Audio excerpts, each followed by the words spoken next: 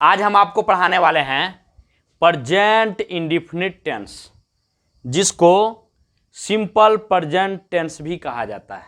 यानी इसके दो नाम है, प्रेजेंट इंडेफिनिट टेंस या सिंपल प्रेजेंट टेंस, जिसको हिंदी में अनिश्चित वर्तमान काल कहा जाता है। ओके, तो ध्यान देंगे। सबसे पहले हमको यह समझना होगा कि हम इसको पहचानेंगे कैसे कि ये आपका प्रेजेंट इंडेफिनिट टेंस है। ओके, ध्यान देंगे बाबू। प्रेजेंट इंडेफिनिट टेंस पहचान, जिस हिंदी वाक्य के क्रिया के अंत में, ध्यान दीजिएगा, जिस हिंदी वाक्य के क्रिया के अंत में ता है, ती है, ते हैं, ता हूं, ती हूं, ते हो इत्यादि शब्द आता है, उसे हम प्रेजेंट इंडेफिनिट टेंस कहते हैं। ओके, अफर्मेटिव सेंटेंस, स्वीकारात्मक वाक्य। अब अफर्मेटिव सेंटेंस स्वीकारात्मक वाक्य में यह आपका रूल है 2-3, इसको समझना बेहद जरूरी है। देखेंगे पहला रूल, अगर कर्ता यानी सब्जेक्ट सिंगुलर नंबर में अगर है, यानी ही, सी, इट, नेम, नाम में जैसे आ सकता है राकेश, सुरेश, सीता, गीता और भी अदर नाम आ सकता है, ठीक ना। तो अगर कर्ता आपका सिंगुलर नंबर में है, एक वचन में है, तो आपको क्रिया में अर्थात वर्ब में, किसमें, वर्ब में, यानी वर्ब के फर्स्ट फॉर्म में आपको एस या ई एस या आई ई एस क्या करना है, जोड़ना है। कब जोड़ना है, जब आपका कर्ता अर्थात सब्जेक्ट सिंगुलर नंबर में होगा, अर्थात उसमें ही, सी, इट और नेम आ सकता है। ओके, और रूल नंबर आपका 2 है कि अगर कर्ता यानी अगर सब्जेक्ट आपका बहुवचन में है, यानी वी, यू, दे है, तो जब तक आप अफर्मेटिव सेंटेंस में रहेंगे तब तक क्रिया में आपको एस या ई एस या आई ई एस क्या करना है, नहीं जोड़ना है। ध्यान रखिएगा। यानी जब आप प्लूरल नंबर में आएंगे, बहुवचन में आएंगे, यानी बहुवचन में वी आ जाए या यू आ जाए, दे आ जाए, तो आपको क्रिया में अर्थात वर्ब में एस या ई एस या आई ई एस का प्रयोग क्या करना है, नहीं करना है। ओके, अब यहां ध्यान देंगे, फर्स्ट पर्सन आई के साथ भी एस या ई एस, आई ई एस का प्रयोग क्या करना है, नहीं करना है। ओके, और जो आपका अगला रूल है, रूल नंबर आपका 3 है। रूल नंबर 3 आपका है हेल्पिंग वर्ब, यानी सहायक क्रिया, ठीक ना। डू या डज का प्रयोग नहीं करना है। कब नहीं करना है, जब आप प्रेजेंट इंडेफिनिट टेंस के या सिंपल प्रेजेंट टेंस के अफर्मेटिव सेंटेंस में जब आप रहेंगे, तो उस समय आपको हेल्पिंग वर्ब, सहायक क्रिया डू या डज का प्रयोग क्या करना है, नहीं करना है। यानी प्रेजेंट इंडेफिनिट टेंस का सहायक क्रिया हेल्पिंग वर्ब डू या डज होता है, लेकिन जब आप यानी प्रेजेंट इंडेफिनिट टेंस के अफर्मेटिव सेंटेंस में रहेंगे, अर्थात स्वीकारात्मक वाक्य में रहेंगे, जिसको सिंपल सेंटेंस भी बोलते हैं, पॉजिटिव सेंटेंस भी बोलते हैं, अगर उस सेंटेंस में आप हैं तो वहां पे सहायक क्रिया डू या डज का प्रयोग क्या करेंगे, नहीं करेंगे। ओके, अब मैं आपको प्रेजेंट इंडेफिनिट टेंस के अफर्मेटिव सेंटेंस यानी स्वीकारात्मक वाक्य का कुछ सेंटेंस नियम के अनुसार आपको समझा रहा हूं। ध्यान दीजिएगा। स्ट्रक्चर यानी बनावट, किस प्रकार से, किस तरीके से, किस रूल से, किसके बाद क्या रखना है, क्या जोड़ना है, यह आपका स्ट्रक्चर दिया गया है। ध्यान देंगे। सबसे पहले आपको लिखना है सब्जेक्ट। सब्जेक्ट का अर्थ होता है कर्ता। कर्ता का मतलब होता है काम करने वाला, यानी किसके द्वारा काम किया जा रहा है। ओके, उसके बाद देखेंगे वर्ब। वर्ब का अर्थ होता है क्रिया। क्या होता है, क्रिया, यानी उस कर्ता के द्वारा किस काम को किस रूप से किया जा रहा है, वो आपका क्रिया हो गया। और उसके बाद से इस क्रिया में यानी जो फर्स्ट फॉर्म क्रिया होगी उस फर्स्ट फॉर्म की क्रिया में एस या ईएस या आईईएस क्या करना है, जोड़ना है। उसके बाद से आपका ऑब्जेक्ट हो जाएगा। ऑब्जेक्ट का अर्थ होता है कर्म, यानी कर्ता के द्वारा कौन सा काम किया जा रहा है, और उसके बाद से हो जाएगा अदर्स, यानी वह काम किस रूप से किया जा रहा है, कब से किया जा रहा है, इस तरीके से आपका अदर्स में आ सकता है। ओके, ध्यान देंगे बाबू। ये तो आपका हो गया। सबसे पहले आपको सब्जेक्ट लिखना है, कर्ता लिखना है, वर्ब यानी क्रिया लिखना है, क्रिया के फर्स्ट फॉर्म में एस या ईएस या आईईएस क्या करना है, जोड़ना है। उसके बाद से ऑब्जेक्ट और उसके बाद से क्या हो जाएगा, अदर्स हो जाएगा। मैं आपको बताया हूं कि कर्ता यानी जो सब्जेक्ट है सिंगुलर नंबर में होगा, यानी थर्ड पर्सन सिंगुलर नंबर में होगा, उस समय आपको क्रिया में एस या ईएस या आईईएस क्या करना है, जोड़ना है। उसके बाद से आपका ऑब्जेक्ट हो जाएगा, अदर्स हो जाएगा। और जब आपका प्लूरल नंबर यानी बहुवचन में आएगा, कर्ता प्लूरल नंबर यानी बहुवचन में आएगा, तो उस समय आपको क्रिया में एस या ईएस या आईईएस क्या करना है, नहीं जोड़ना है। और फर्स्ट पर्सन आई के साथ भी एस या ईएस या आईईएस क्या करना है, नहीं जोड़ना है। ओके, ध्यान देंगे। जैसे आपका दिया है रमेश बस से अपने गांव जाता है, तो सबसे पहले हमको ये समझना है कि कौन इसमें सब्जेक्ट है, कौन इसमें वर्ब है, ठीक ना, कौन इसमें ऑब्जेक्ट है और कौन इसमें क्या है, अदर्स है। तो आपको बनाने में यानी इस सेंटेंस को, हिंदी वाले सेंटेंस को इंग्लिश के सेंटेंस में बनाने में आपको बहुत ज़्यादा मदद मिलेगी जब आप जानेंगे कि सब्जेक्ट कहाँ है और वर्ब कहाँ है, ऑब्जेक्ट कहाँ है, अदर्स कहाँ है। जब आप ये जान जाएंगे तब ध्यान देंगे बाबू। जैसे दिया रमेश बस से अपने गांव जाता है, तो देखिए यहाँ पे काम करने वाला जो रमेश है, ठीक है ना, यानी कहाँ जाने वाला, गांव जाने वाला जो रमेश है, ये आपका क्या है, सब्जेक्ट है, क्योंकि इसी के द्वारा गांव क्या किया जा रहा है, जाया जा रहा है। ओके, अब ध्यान देंगे। उसके बाद से दिया है वर्ब। वर्ब का मतलब होता है क्रिया, तो क्रिया हमेशा कहाँ आता है, अंत में आता है, ठीक है ना। यानी देखिए इस वाक्य के अंत में, इस क्रिया के अंत में क्या दिया है, ता है, ती है, ते है। मतलब जिस हिंदी वाक्य के क्रिया के अंत में ता है, ती है, ते है अगर आ रहा है तो हम समझेंगे कि यह प्रेजेंट इंडेफिनिट क्या है, टेंस है। ठीक है, तो ये आपका वर्ब यानी क्रिया आपका यहाँ पे क्या हो गया, जाता हो गया, यानी जाना हो गया। ठीक है, उसके बाद से ऑब्जेक्ट। ऑब्जेक्ट का मतलब होता है कर्म। अब देखिए जाता है, कहाँ जाता है, गांव, यानी अपने गांव जाता है, तो ये आपका ऑब्जेक्ट हो जाएगा। ओके, और उसके बाद से देखेंगे अदर्स। अदर्स मतलब होता है अन्य। अन्य में आपका हो जाएगा किससे जा रहे हैं, बस से, यानी रमेश किससे जा रहा है, बस से जा रहा है। ठीक है, ओके, ध्यान देंगे।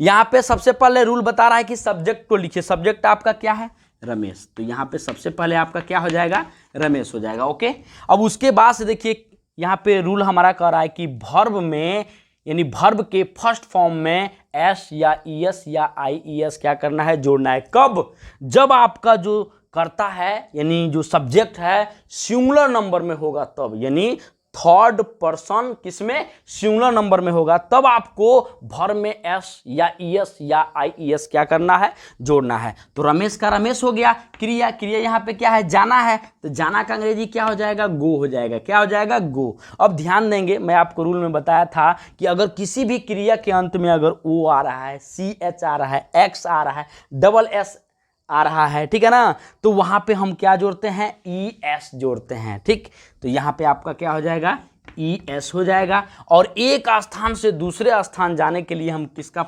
यूज करते हैं, टू का यूज करते हैं। तो ये आपका इसके बाद से जब हम वर्ब में एस या ई एस या आई ई एस जब जोड़ लिए तो आपका नियम क्या बता रहा है, ऑब्जेक्ट को लिखिए। ऑब्जेक्ट का मतलब क्या होता है, कर्म। अब इसमें कर्म क्या है, अपने गांव दिया है। ओके, तो ध्यान देंगे। सबसे पहले हम ये देखेंगे कि रमेश के साथ हम अपने के लिए क्या लगाते हैं।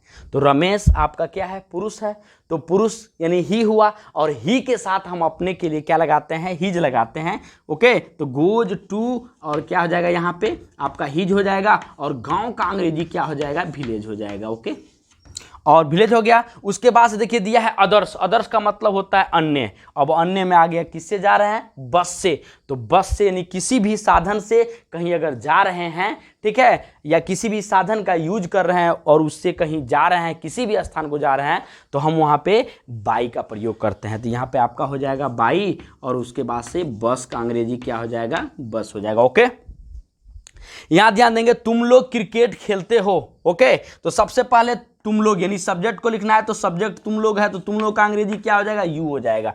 उसके बाद से वर्ब यानी क्रिया लिखना है, क्रिया यहाँ पे क्या है, खेलना, खेलना का अंग्रेजी क्या होता है, प्ले, क्या होता है, प्ले। तो यहाँ पे आपका क्या हो जाएगा, प्ले हो गया, यानी क्रिया फर्स्ट फॉर्म प्ले हो गया। अब यहाँ ध्यान देंगे जो तुम लोग है ये आपका प्लूरल नंबर है, बहुवचन है, तो बहुवचन जब करता आएगा तो हम क्रिया में एस या ई एस या आई ई एस का प्रयोग क्या करेंगे, नहीं करेंगे। ओके, और उसके बाद से देखिए क्रिकेट का अंग्रेजी क्या हो जाएगा, क्रिकेट हो जाएगा।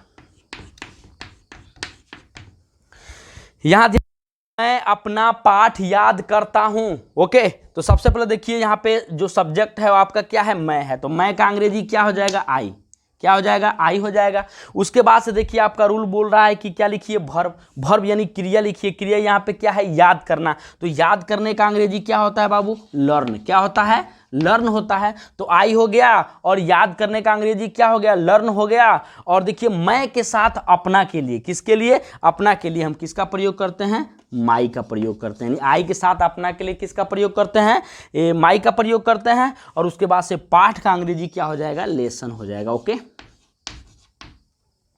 आइए मैं आपको प्रेजेंट इंडेफिनिट टेंस के निगेटिव सेंटेंस को समझाता हूं। ओके, निगेटिव सेंटेंस का अर्थ होता है नकारात्मक वाक्य। अब नकारात्मक वाक्य में आप स्ट्रक्चर देख लेंगे जिसका हिंदी होता है बनावट।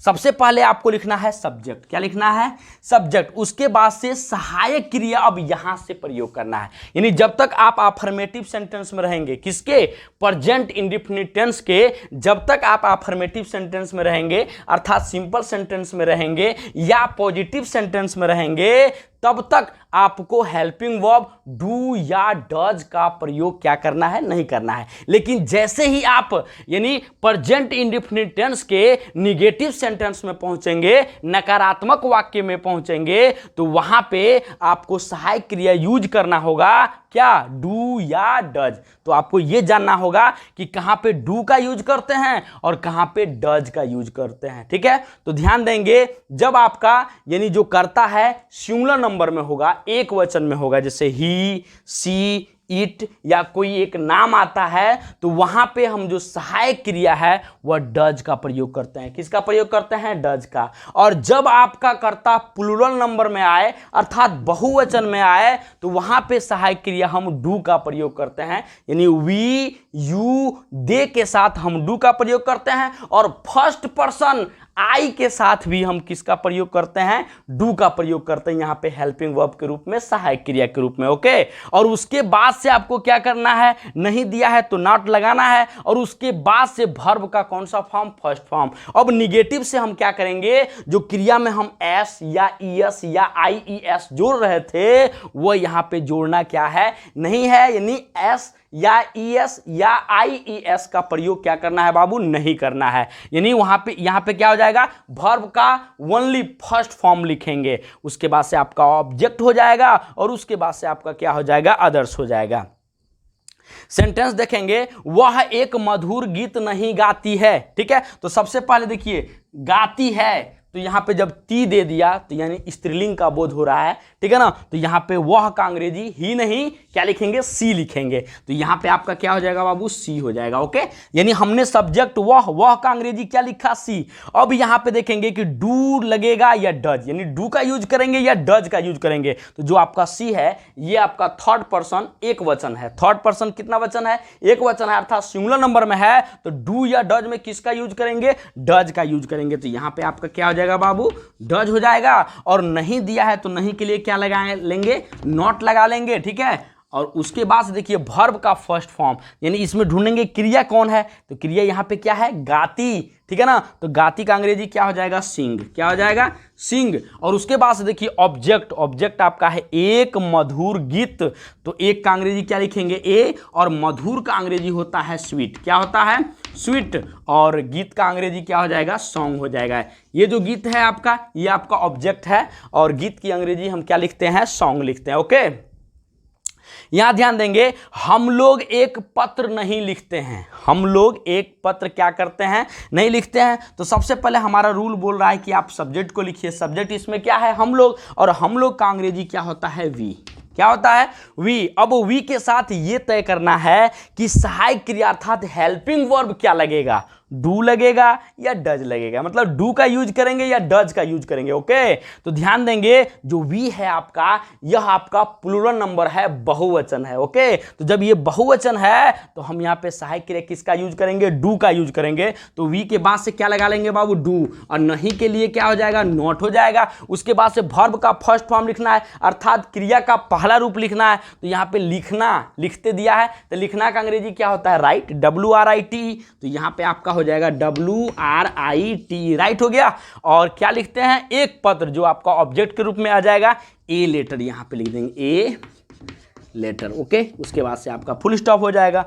ध्यान देंगे, मैं तुम्हें अंग्रेजी नहीं पढ़ाता हूं, मैं तुम्हें अंग्रेजी नहीं पढ़ाता हूं। तो सबसे पहले देखिए, मैं का अंग्रेजी क्या हो जाएगा, आई हो जाएगा, क्योंकि सब्जेक्ट आपका क्या है, मैं है, तो मैं का अंग्रेजी क्या हो गया, आई। अब आई के बाद से देखना है कि आई के साथ डू का यूज करेंगे या डज का यूज करेंगे। हम आपको क्या बताएं, फर्स्ट पर्सन आई के साथ आपको किसका यूज करना है, डू का यूज करना है, किसके रूप में, सहायक क्रिया के रूप में, ठीक है ना। तो यहाँ पे आई के बाद से क्या लिख लेंगे बाबू, डू, और नहीं के लिए क्या लिख लेंगे, नॉट।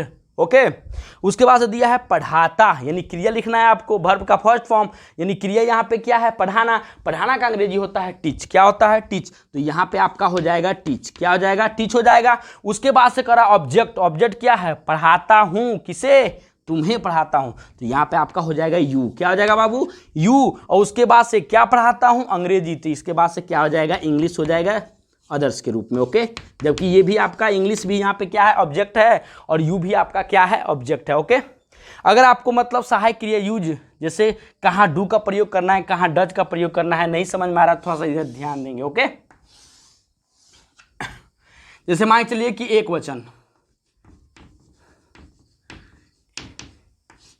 अगर आपका कर्ता एक वचन में रह रहा है, ठीक है, एक वचन में क्या क्या, जैसे अगर ही आ गया, सी आ गया, ईट आ गया, कोई एक नाम आ गया, ओके, तो वहां पे आपको सहायक क्रिया डज का प्रयोग करना है, किसका प्रयोग करना है, डज का। ओके, अगर आपका कर्ता बहुवचन है, क्या है, बहुवचन, यानी प्लूरल नंबर है, यानी प्लूरल नंबर में आपका आ सकता है वी, यू, और क्या आ सकता है, दे, ठीक है, और नेम भी आ सकता है, नाम, ठीक है ना। एक से अधिक नाम जब आएगा आपका तो वो आपका बहुवचन हो गया, तो वहां भी आप सहायक क्रिया किसका प्रयोग करेंगे, डू का ही प्रयोग करेंगे। तो यहाँ पे आपका सहायक क्रिया क्या हो जाएगा, डू हो जाएगा। और फर्स्ट पर्सन आई के साथ भी, फर्स्ट पर्सन आई के साथ भी हम किसका यूज करते हैं, डू का ही यूज करते हैं। ओके, अगर हमारी वीडियो आपको पसंद आए तो आपसे रिक्वेस्ट है कि हमारे चैनल को सब्सक्राइब करें, बेल आइकन को दबाएं, ताकि जो भी वीडियो हम अपलोड करें उसका नोटिफिकेशन आपके पास तुरंत पहुंचे।